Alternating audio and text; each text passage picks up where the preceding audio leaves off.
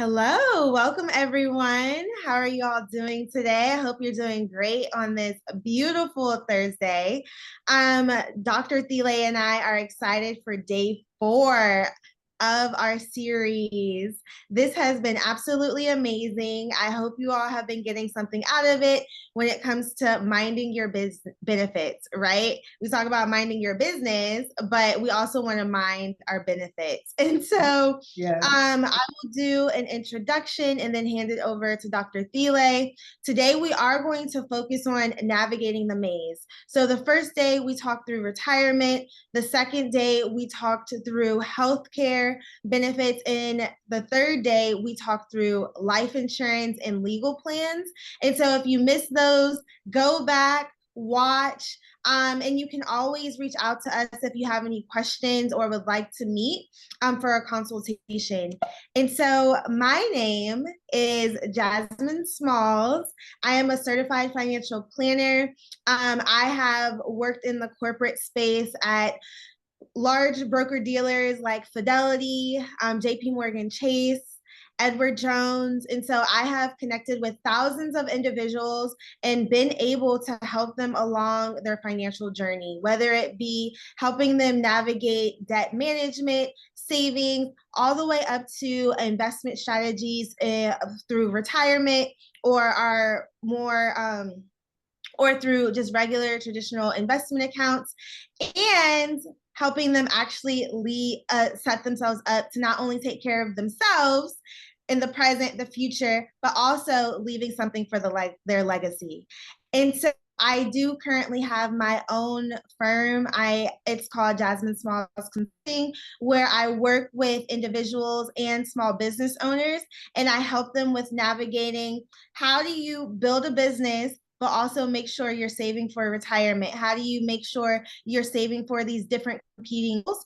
And so whether you're an entrepreneur or you're someone working a 9 to 5, a lot of times when it comes to our day-to-day, we have similar issues, right? We have this pot of money. And so just navigating, what do I do with it? How can I leverage it to really set myself up to meet my goals and live the life that I want to live? And so that's what I help people do every day. And so now I'll hand it over to Dr. Thelá Thatch to introduce herself as well. Thank you so much, Jasmine. What a great introduction. I am just always so grateful that we get to work together.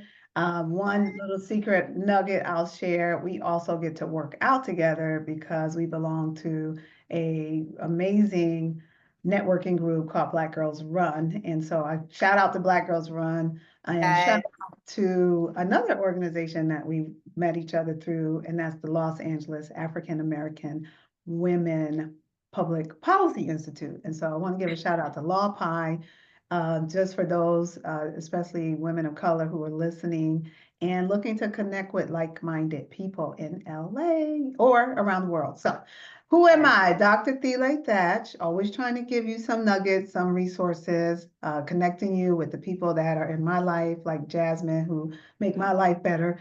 And I have my PhD in public policy. I have over 25 years of human resources. And it's so funny because when I first started as an HR coordinator, this job is a job most HR people do not want to do, and that's benefits enrollment, open enrollment. Because so my very first assignment, besides recruiting, which was another big piece of my job, was managing the open enrollment process from start to finish. So making sure I connected with the benefits people, making sure I brought in financial planners and specialists like Jasmine. And so I've been doing open enrollment for literally maybe close to 30 years, I have to say. So setting up this really fun, trying to make open enrollment fun, making sure when people came into our establishment, they were giving us all the necessary information that we needed to make sure that you, the employee and the employer, were protected and had all the benefits that were absolutely available to you. And so I want to start off by just saying what is open enrollment. So open enrollment is a designated period of time each year when employees can enroll and or make changes to their health insurance. So we used to say there was like 3 Ds that happen in the year, and I always forget what the third D is, but it's usually death, divorce, and destruction. Those are typically what we call life events, and that's the only other time outside of open enrollment where you can make a change. So if you have a major life event. So on a regular basis, any changes have to happen during open enrollment. So it's during a designated period of time. I was going to ask, And is the fourth one disability? that's a good one. Yeah, that could be it. Okay. I don't think that's what it was. Okay, my I bad. started calling it destruction, but we could call it the destruction of our body. But yeah, if you have a disability, depending on the type of disability, pregnancy is a disability under the law. So let's say you had a pregnancy, you may be able, once the baby is born, to make a change to your benefits. So that could be it. So it's like birth, death. I remember it started with D's, but anyhow, but yeah, disability could be it. So if you have a major life event, so good point, no matter what that major life event is, you should check with your HR person or your benefits person. If you don't know what to do, pull out your benefits card and call that 1-800 number and just ask some questions. So anytime you have a major life event, there also may be programs and things available. So back to open enrollment, this is the time of year, and this is why I'm so excited that Jasmine and I put our heads together and said, you know what? We're running right into open enrollment. She and I are both licensed brokers. We both deal with insurance benefits. Let's talk about benefits for open enrollment. So open enrollment periods vary depending on the type of insurance and the provider, but some of the common timeframes are like with employer-sponsored health insurances, you have a typical period where most employers conduct open enrollment in the fall, often late October to early December. The coverage effective date will then, so whatever you do in the fall, and this is really, really important if you hear nothing else today, because a lot of times people think if they make an open enrollment, they make a change that is immediate, but typically the open enrollment change will happen January 1st. So you're making changes, which I love, is like you're already setting up how you're going to roll, how you're going to show up in 2025. So you're making those decisions now. So did you have any thoughts about that, Jasmine? Yes, I actually have a question for you. So I know you mentioned looking at life events as a way to determine when to just look at your benefits in a way that you can maybe modify your benefits outside of the open enrollment period. But as people are navigating this time, what are some factors that should take into consideration when it comes to either keeping the same benefits that they had previously or changing them? Oh, wow. Well, that's a great question that I think we talked about in day 3 and day 2. But when you're thinking about your changes, you may have, for example, selected a PPO when you really just need an HMO, or you selected an HMO and you need a PPO. So the Health Maintenance Organization, which is the HMO plans, and the PPO, Preferred Provider Organization, are the PPO plans. They are different typically in your level of access. So you may have been going to the doctor, and this has happened to me so many times, and you're like, why are my copayments so high? Why don't you accept, or you're trying to go to a certain doctor, like or dentist, and you might have a specific doctor or dentist you want, and you're like, I thought you were in the plan, right? And so you start, unfortunately, you weren't happy with your benefits. So think about this is a great time to look at the doctors, dentists, gynecologists, chiropractors, all of your providers that of your physical healthcare, and make sure they're in the plan. And this is a good time to change the plan if they're not. Also, you can also look at different tiers of plans if your organization offers different tiers. I had a gentleman come to me just a few weeks ago, and for one of my clients, and he's like, I want the gold tier now. I'm making more money. What's the next tier? He said, I started on the low tier. Is there a higher tier? And I said, okay, so I broke down for him, what his options were and then how much per month that would be based on that new tier. So that's what you can do. You also, if you didn't, and we talked about this in one of our other recordings, messages, if you haven't signed up for HSA, this is a great time to sign up for HSA. no matter what the enrollment period is for 401k, this is a great time to review that now, making sure that you're getting all of the benefits with your 401k. So bottom line, you need to review everything you have. If you don't know what the heck you have, this is a good time to call HR or your benefits team and say, I need a report of everything I have, like today. I just need you to email me what I have. Yes. And I just want to echo that because so many people tend to maybe skim their benefits, but it is important to actually take some time. So even if you have to dedicate, let's say, block off some time on your calendar to where you actually can sit and review your benefits and not wait until the last day at the last minute and then just start clicking things. Because Exactly. because as Dr. Thea mentioned, these benefits are going to follow you they're going to be implemented in 2025. And so sometimes it is our first inkling just to go with the default or what we put when we first started working with the organization. But at the end of the day, lives change, our situations change. And then also, let's be real, the costs change. And Yes, so they that's you really. really do want to take time to see, okay, do I even still need, as Dr. Thile mentioned, HMO versus PPO? Because that can be the difference in premium dollars. That can be the difference of how much money is coming out of your paycheck. And so if you're in a place to where you don't need as much specialized care, you don't really go to the doctor as often, then maybe you can switch it up. And so just really reviewing and taking time to look at those things is going to be crucial during this time. And is why we do this, because we really want to, as we've mentioned before, benefits are a way that you can leverage and create wealth.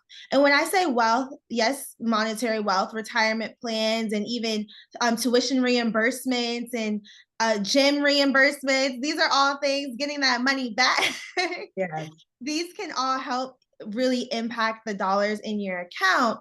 But we also want to talk about our health, right? Health is wealth. We want to talk about our mental state, taking advantage of any type of therapy that may be discounted or free. A lot of times these days there are free offerings. So I just wanted to point that out.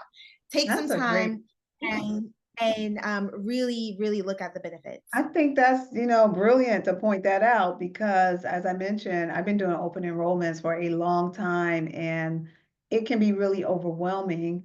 And in short, I remember like having to corral people in like, hey, come back, come back, come back, take some time, take some time. Like that's what I was doing with and and some of you who are listening, you may remember people giving you gifts and giving you raffles. Like we literally doing raffles, like first people to sign up will get, that's because we're trying to increase participation, first of all, so the company will meet the benefits requirements. So behind the scenes, the employer needs to have a strong HR person or someone who is making sure participation rates are high because that helps them keep their eligibility to offer you benefits. So there's things happening behind the scenes too from the employer side where again, even though employers are nice people, they're doing this because they get tax breaks too. And so they need to, and they want benefits. And so for them to participate in group benefits, the owners, the CEO, they need the group to participate to have a strong group.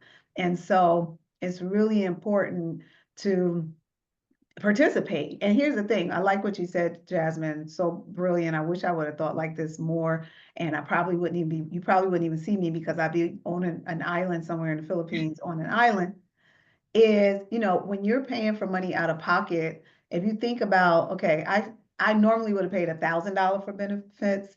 Now I'm saving almost $500 a month because I have these type of benefits and I've saved, on a gym membership, I've saved on this, on all the different things you mentioned. That $500 could be put into an investment account where Jasmine could help you or someone, like Jasmine can help you build that into $1 million fund, right? Or into dollars that could be used for somewhere else. And then you're also with benefits, you're saving on pre-tax dollars. So even though you're like, man, now I got another $100 coming out of my account, you actually make out better in the long run because that money coming out is pre-tax, which allows the bulk of your savings to be taxed. The bulk of your income to be taxed less. So you get savings because you're being taxed less because the money coming out before it's taxed means your overall dollars being taxed are less. That is like the $1 million money move that people don't understand, these pre-tax dollars. And that's a reason why rich people love these Section 125 plans, which can include benefits and allows you to take pre-tax dollars, which saves you a ton of money. And then those monies you save can be put in an investment account. So I wish I would have known that at 21, 22, and 23 when I first really started working in corporate America. So I said a lot. What do you have to say, Jasmine? Well, we actually have a question in the chat. Yeah, okay, So it's a good. great question. How can I keep track of open enrollment deadlines and what happens if I miss them? Ooh, that's a good question. Wow. Okay, first thing I would say is open enrollment comes up every October or November. By December, it's typically running into like it's too late because organizations shut down in December. So I would make a little note on your calendar and put October open enrollment, like just put a note on your calendar. I would also, I can't really, unfortunately, as an HR person, I'd be really honest, not all HR people are good HR people. So, but typically HR people, I know it was my job to send out reminders. So for all my clients who I support with benefits, I send out reminders. Open enrollment's coming. Like the open enrollment for most of my clients is going to end. Well, one of them is ending today, and then I have one ending November 15th. And so I send out email blasts. So that's one way. I would say contact your HR person, benefits per or the CEO if there's no HR person, and just ask.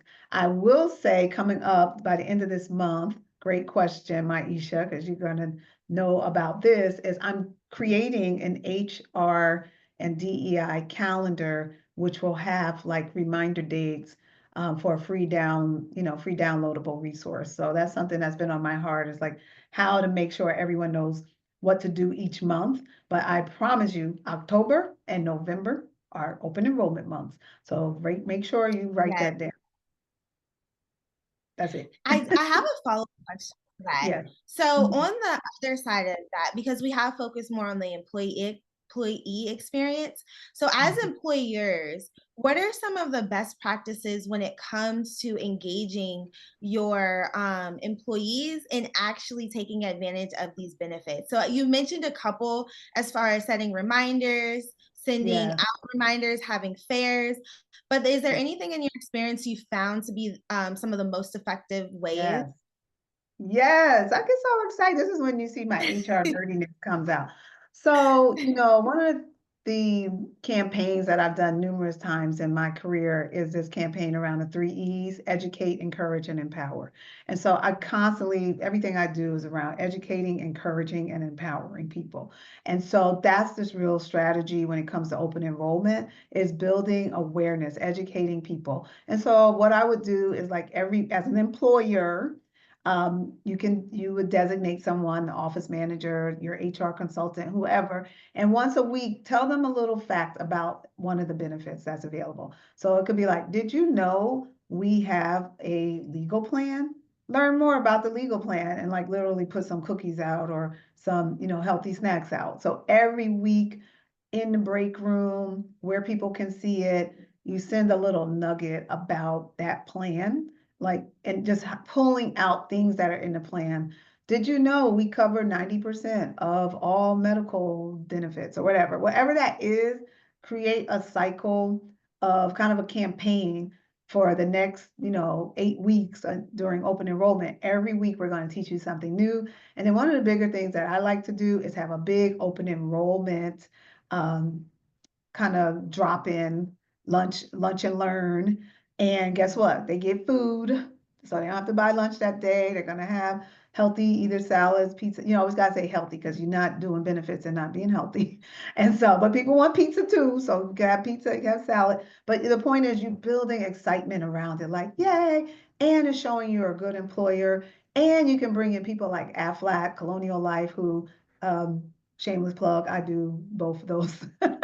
And you can bring them in And they bring gifts and they bring the little ducks and they bring, and it's just like a whole little party going on. And people want to sit down and they want to eat and they want to talk to the Aflac person and they want to talk to Colonial Life and they want to ask people questions. So yes, I get all excited. But because there's other things people want to look at, not just the basic coverage, but what if you want a special cancer, plan, a cancer prevention Right. plan, or you want, something that is focused on long-term life insurance or things like that. And so you want to have employer, I'm talking to you, you want to be committed to making a day or a half a day regularly where your people, your employees, and yourself can learn about these benefits.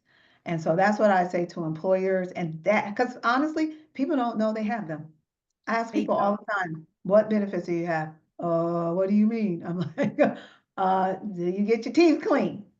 I think Exactly. so. Like I promise you, 95% of the employees, and I've worked with thousands of them, and I'm not being funny or bragging in any way, they do not know. So if you're listening now, I challenge you, hit us up in the YouTube or social media and tell me you know what benefits you have.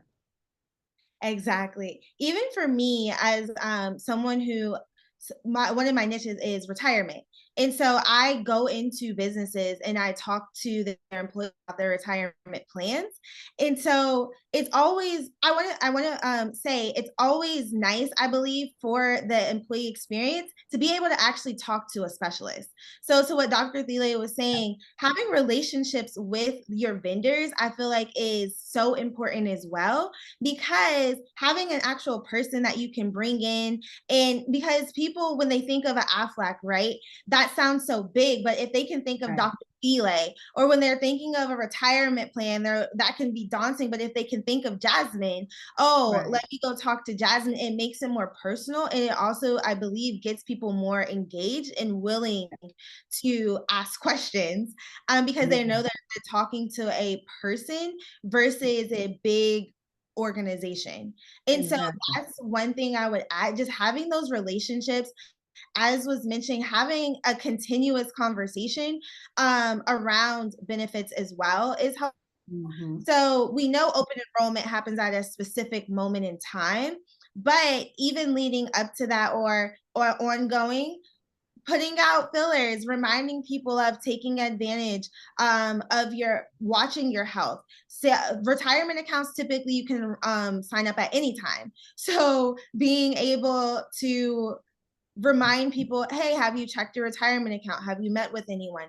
So overall, I know we are coming up on time, but it is extremely important when it comes to making the time to actually reassess the benefits that you have, and realizing that benefits go beyond just healthcare. They go beyond just dental and vision.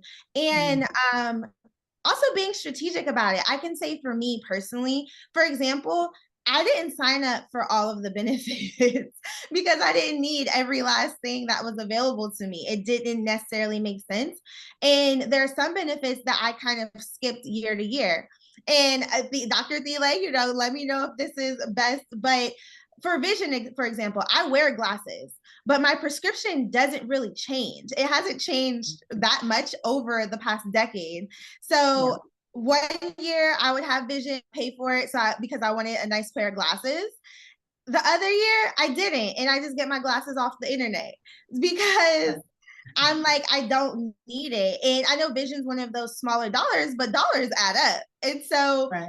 things like that, if you realize to where you don't necessarily need it, we're not trying to guilt you and saying sign up for everything because it's Right. available to you, but we are encouraging you to leverage what is available to you to set Mhm. yourself up and to really make your lives easier, because that's what they're benefits. They're called benefits for a reason, because they're meant to benefit you and your family. I just also want to mention benefits are not required by law. So it's not a legal requirement for employers to give you benefits. So when they do give them to you, it's a perk. And then also regarding your vision, I remember, there's some medical plans that include a annual eye checkup inside the medical plan. So it's not that horrible if you don't get vision. coverage. But if you don't have vision coverage, I would just recommend you make sure that your medical coverage would cover anything that may happen to your eyes too, if in a case of emergency. So let's say you hurt your eyes, you need usually go to an eye doctor, but if you don't have that coverage, your medical doctor may be able to still cover your eyes. So you're right. That's why it's not that bad. And yeah, you should think about that. And again, I think you should make it a day. I just wanted to take a real quick run through some terms that if people are taking notes, I want you to write these down. So some key benefits terminology that you need to know are premiums. And so that's the amount an employee pays for your health insurance every month. Deductibles, that's the amount an employee you must pay out of pocket for healthcare services before insurance starts to cover the cost. Then you have the copay. I think most people know what a copay is because it's like that. How much I gotta pay? When you get there, you're like, what? So that's a fixed amount an employee pays for a specific service. Always for me, the goal was $5 or $10. If it started going over that, I said, let me look at my benefits. Why am I paying so much in copays? And copays should be minimal, not high. And then co-insurance, the percentage of the cost of a covered service that the employee pays after reaching their deductible. So some of the things that can be a little confusing is this deductible. I like to kind of think of it, you think about your car insurance. Most people know you have a deductible. If I get in an accident and that bumper falls off and I have a $1,500 deductible, and the bumper costs $5,000, I'm in trouble because I got to pay $1,500 before they pay anything. And that's what the same is with insurance. Understand, last thing I'll say too about all of this, it's all insurance. It all fits under the same kind of rules of insurance. Unemployment Yes. insurance, benefit insurance, car insurance, health insurance. It's all kind of the same philosophy around how it works. So don't let it intimidate you or overwhelm you. If you understand basic insurance, like your car insurance, you can understand this. And that's really it. I just want to say your HR department is a friend, especially in this area. I know sometimes people don't trust HR. There's not too much they can mess up with this. It's just like they just telling you where to go and who to call. So please use your HR department to leverage the comprehensive information they have. And if you don't want to talk to your HR person, you don't like them, I've heard that, I don't like my HR person, reach out to the benefit provider on your card. If you know it's Aetna, call the 1-800 Aetna number and just say, I need to talk to somebody and you need to walk me through this. They also have videos on their sites. And then last but not least, you have professional organizations like here we have PIRA, the professional, I got the name of it, IHRA, PIHRA, Professional and Human Resources Association. And they have, you can get answers from there. So, and you have me and Jasmine. You have Jasmine and myself. So, Jasmine, I'll let you go over the points of the day, please. Okay. No, this was great conversation. And so to summarize, annual enrollment is typically October to December. As Dr. Thelá said, once you get to December, it's typically racking up. So it's primarily October to November.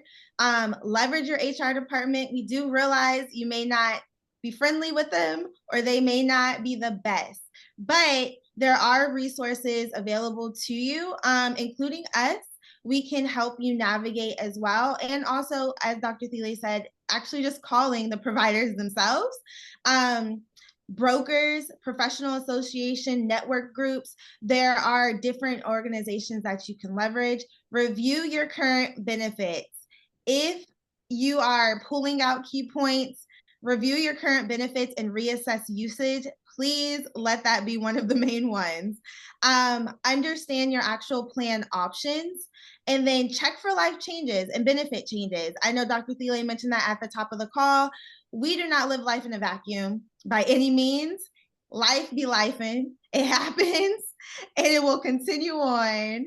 And so you want to make sure that your benefit package is actually in alignment with your actual life circumstances and where you are right now. So if you had children and haven't adjusted or haven't talked to whomever the other parent to make sure you both are in alignment to cover that child properly, let's look at that. If you got married or divorced, let's look at that.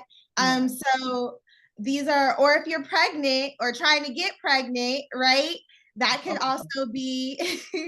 oh my goodness. Can I just jump in here? Because there's one company, I won't mention it, but they literally give $90,000 in vitro fertilization treatments. And Wow. I have a woman who she has like a bank of embryos because she got 90,000. So those ask about IVF. Okay, go ahead. Yes, no, that's fantastic. That's why it's so important to actually do research and see, hey, this is what I'm trying to do. Do I have benefits? I know I've seen people cover adoption costs to Mhm. an extent as a part of the employer benefit package. So you're working for this organization. Let's see what they have available to you. And then maximize tax advantage accounts. We've talked in depth about retirement. We encourage you to go to that first day, and you can always reach out as well if you have additional questions. HSAs, you've heard us mention that. A health savings account.